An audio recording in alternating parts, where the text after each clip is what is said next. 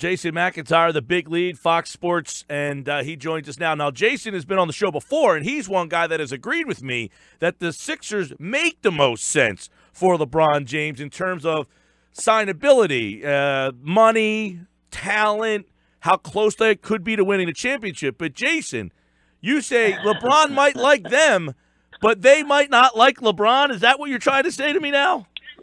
I know this is going to hurt. I forget when it was that I talked to you about the Sixers. I don't remember the exact date, but a lot has changed, right? I mean, are the Sixers not way better than everyone thought? I think a lot of people think they are ahead of schedule. Yes, I think people think they're ahead of schedule. Their way out of LeBron. I mean, that's a legitimate question. 16 wins in a row. Fultz with the triple-double. He looks good. Embiid, obviously good. Ben Simmons, Rookie of the Year. Ben Simmons, shucks, is he already like a top 20 player in the league? I think they're ahead of schedule, and that hurt because think about this. How would LeBron go to the 76ers and fit in? Everywhere he's gone, he's been the show. It's LeBron's deal. He brings a buddy with him, and they run the show. The offense runs through LeBron. Kyrie Irving had a problem with it and left.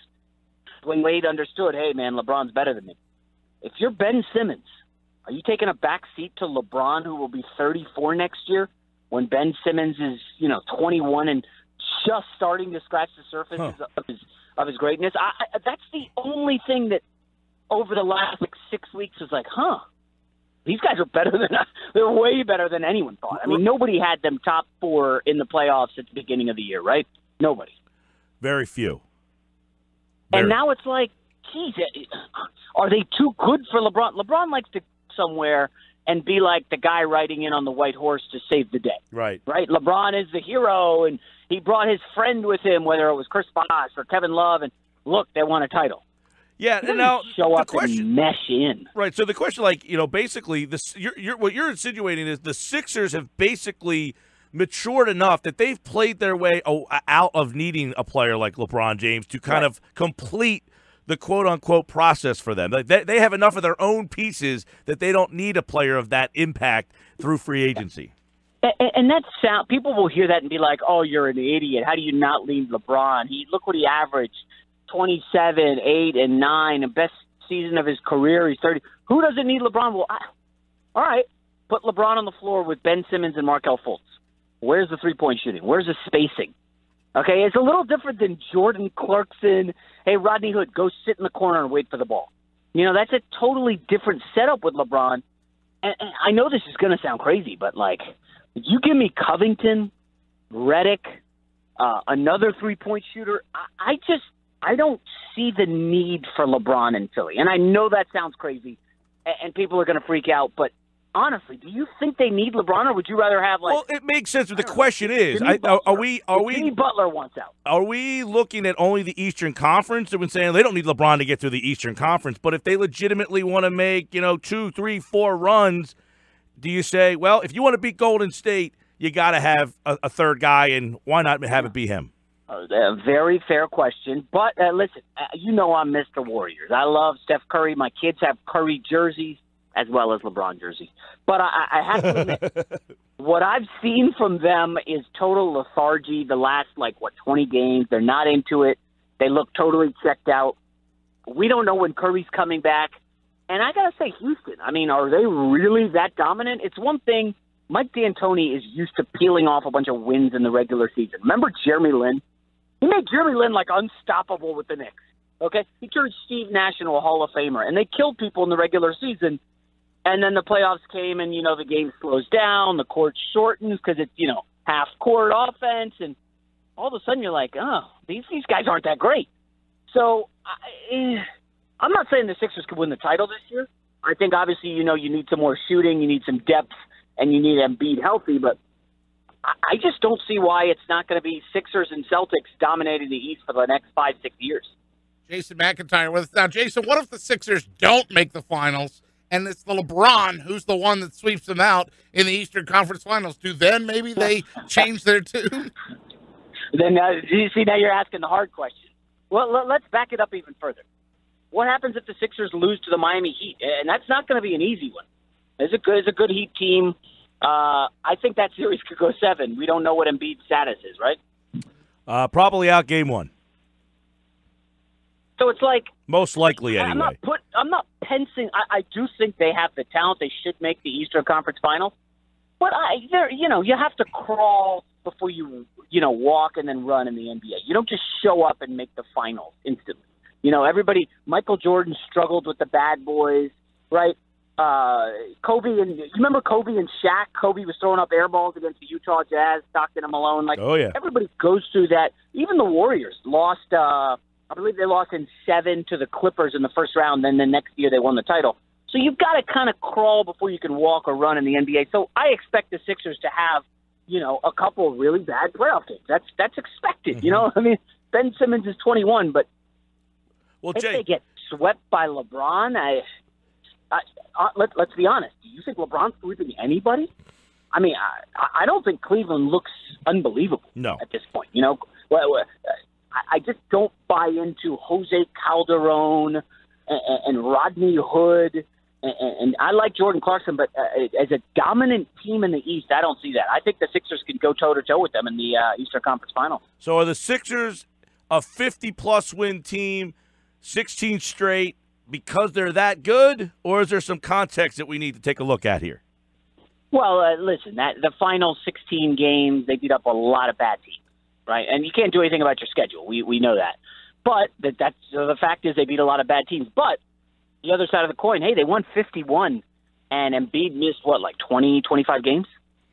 I mean, what if Embiid's there for the whole season? Are we talking about a 60-win team? So there's a lot. This is a weird season, is it not? I mean, everybody's been hurt except LeBron, who's, right, the 33-year-old wonderkid. The Warriors, who were thought to have the greatest dynasty since Jordan's Bulls, all of a sudden look kind of susceptible. I don't know. I still don't buy the Rockets despite this regular season that was dominant. And frankly, the Sixers, 2 months ago, if somebody told you Sixers Eastern Conference Finals, you would have probably laughed, right? Heavily. They were in like the 6, 7, 8 area. Now they surge up to 3, and you're like, holy cow. But, again, I think, 13 of the 16 wins were against teams that were tanking or just really bad. And then they had, they were up big on the Cavs and nearly choked that away. And then I think they beat the Nuggets and maybe the Timberwolves without Jimmy Butler. So they got fat on a light schedule, but there's something to be said for confidence, right? That's right. Jason, you mentioned tanking. Does that mean that teams are going to be calling Sam Hinkie this offseason or anytime soon? Dude, listen, that's a great question. If you're the Orlando Magic, you have no clue what you're doing basically every year. I mean, they don't know if they're keeping Aaron Gordon. They just fired their coach. I don't see how you don't call in Hinkie and say, dude, what do we got here? What's the game plan? And we just saw the Houston Astros win a World Series thanks to tanking. Okay? We just saw the Sixers, what they did with tanking. My New York Jets still, to this day, don't know how to tank. No clue how to tank. I mean, Josh McCown won them a bunch of games that meant nothing, and now they have to trade up to get to the 3rd pick, and they're still not going to get the guy they want. I'm all in on tanking, guys. I mean, I don't see how anybody can argue against tanking. You'd be Even surprised. If you're like the Atlanta Hawks. Who are these guys arguing against tanking? I don't know. They're really they're out there, old school man. guys. They still get the paper every day. You should, if you lived here the last 3 years, you would find a ton of them who are, they lived it, and believe me, I'm on your side. I was 100% behind what was going on here. I not that, look, I don't like the losing. I don't like what they had to do, but I always said, Jay, this isn't a Sixers problem. This is an NBA problem. And now you're seeing that it's an NBA problem because everybody else is getting in line to follow them. So it wasn't a Sixers issue. It was an NBA issue. Yeah, I mean, if you want to get really big picture in life, right? Doesn't everyone struggle a little bit before they find success? Sure. I mean, you don't just come out of college and jump, to a major market, awesome radio show. It doesn't work like that. You got to go through the struggles. That's not that unlike the 76ers struggling for 3 or 4 years. You get some stars, and, hey, here we are. I mean, nobody just jumps into life. Like Sam Darnold, I think he's going to be awesome. Listen, if he goes to Cleveland, he's going to go through a bunch of garbage for several years. That's going to happen. In life, I don't care what, where you went to school or if you didn't go to school, there's going to be struggles before you find success. Even a guy like Mark Zuckerberg, if you saw that movie about Facebook, which I thought was a great movie. Yep. It was amazing. the stuff he had to go through where, like, he was ostracized and all of a sudden everybody hated him and he stole their ID and he's got to go to court and he's losing his friends. And ultimately the guy's a billionaire. And now he's going through struggles again. Like, there's ups and downs in life. This whole, like, tanking, give me a break. 3 years. It's anything. The weekend warrior out there. We talk about it all the time. Guy, might have tears his meniscus. His knee keeps bothering him. Eventually, he has to give in and say, I need surgery, and I got to go through the rehab. But your knee will feel a heck of a lot better after you get the surgery done. It's just when you feel like... How old is the weekend warrior, though? If he's a 40-year-old guy, dude, that's a whole, what is that, like a year to 14 months? Hey, you know what? Sometimes the rehab takes longer than you want it to, but at the end of the day, your knee will feel better, and you will be thankful. I have... little by little, we get people that text in or call in and say, you know what, I was against the process. I'm coming over to the other side. They're little by little, but here they come. Jason, you mentioned that Ben Simmons' rookie season, you think it's been more impactful or important than the great Michael Jordan? Yeah, man. I mean, listen, Jordan put up a bunch of points. Did he make anybody better on that Bulls team? It was Michael Jordan in a cloud of dust. That was all it was. Just, can Jordan outscore the opponent? Ben Simmons is doing it 16 points a game. And a bunch of people were arguing with me on Twitter because that's what they do. They were like, oh, no, Joel Embiid's their best player. I was like, really? Well, Embiid led him in points last year, rebounds, blocks. Only played like 30 games, and they were still one of the worst teams in the league. Ben Simmons comes along, gets plenty of help from Embiid, and I know they signed J.J. Redick, and they've got a little Fulch or what have you, but Ben Simmons is really the engine there, man. He can defend all 5 positions. Yeah. Gets everyone involved. He's almost unguardable, and this is a dude doing it without a jump shot. Like, for me, Ben Simmons feels like a transcendent superstar. Like, this guy is – I don't want to gas him up too much. Listen, his first playoffs, he could struggle or what have you. But what Ben Simmons has been able to do, like, there's no discussion about the Rookie of the Year anymore. Like, I get Donovan Mitchell. You don't have a hoodie? And got a Jazz team. Remember, they lost Gordon Hayward. Okay, they lost Joe Johnson, ISO Joe. Everybody thought they would step back, and Mitchell just came in and averaged 20 a game, and they're going to the playoffs in the West, which is loaded. So Mitchell's been great, but listen, Ben Simmons, man, this guy is the truth. Again, sat out all last year, so that sucked, but, I mean, really, it was worth it, was it not? We all agree. I think and Embiid sat out 2 years, and you're seeing it. And look, I think Donovan Mitchell agrees that if you sit out a year, that it's very helpful to you. Jason McIntyre, FS1, Fox Sports Radio, the big lead at Jason McIntyre on Twitter. Always fun, Jay. Appreciate it. Thanks for having me. Good luck, guys, in the postseason.